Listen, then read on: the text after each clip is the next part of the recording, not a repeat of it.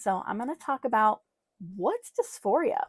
So dysphoria is when a person's body or their perception of their body or gender or sex feels wrong on a deep level for the most part. So a lot of people go, "What? You just wake up and decide to be the opposite gender or sex tomorrow?" And that's not how it works. Um, so I always like to give an example of it's not a person deciding to do something. Like, could you right now, if you are not a person who is trans or gender diverse, just decide, oh, I'm going to be, I say I'm going to be a male now and I'm going to get surgeries and hormones and change how I present myself and go through all of the social stigma associated with being trans just because, like, I felt like it, you know? It doesn't make sense. It doesn't make sense on such a deep level. So, an example I like to do is what if I woke up tomorrow in a male body? Because right now, I am in a female body, and I identify as a woman, so my sex and my gender line up. But if I were tomorrow, magically, whatever, to wake up as a man, once I got over the magical, why did this happen part, I'd be like, this isn't right. My voice would probably be different. My physical body would be different, especially like my chest and my genitals. Um, Distribution of like body fat and muscle would be different.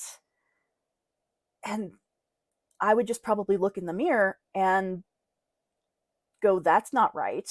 That's not right at all. It's not that being male is bad, but it's just not what I am, you know?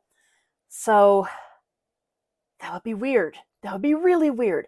And it would be really weird for me to go to the grocery store and have someone say, oh, sir, like I wouldn't look to that and I would feel really not good if someone referred to me that way.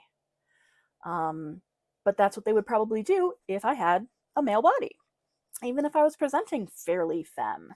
And honestly, if I was in a male body and just presenting fairly femme, people might still misgender me or stigma with, being like visibly trans. So, yeah, it wouldn't be fun.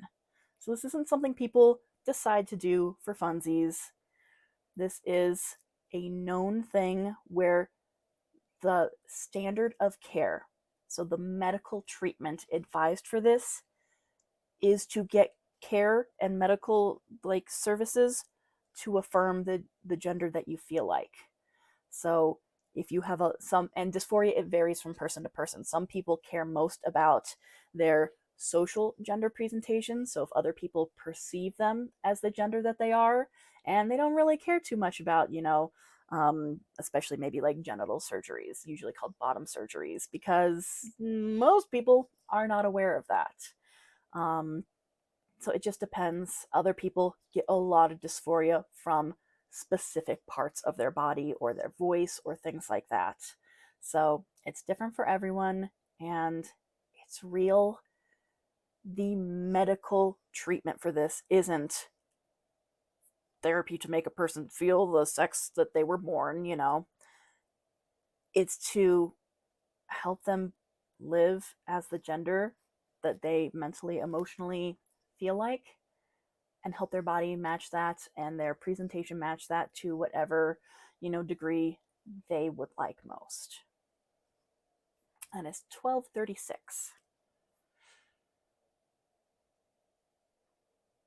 Okay, so question 4, by erasure or invisibility? So I'm going to talk about bi erasure today. So it's the tendency for people to assume a person's sexual orientation matches up with the gender or sex of the partner that they have.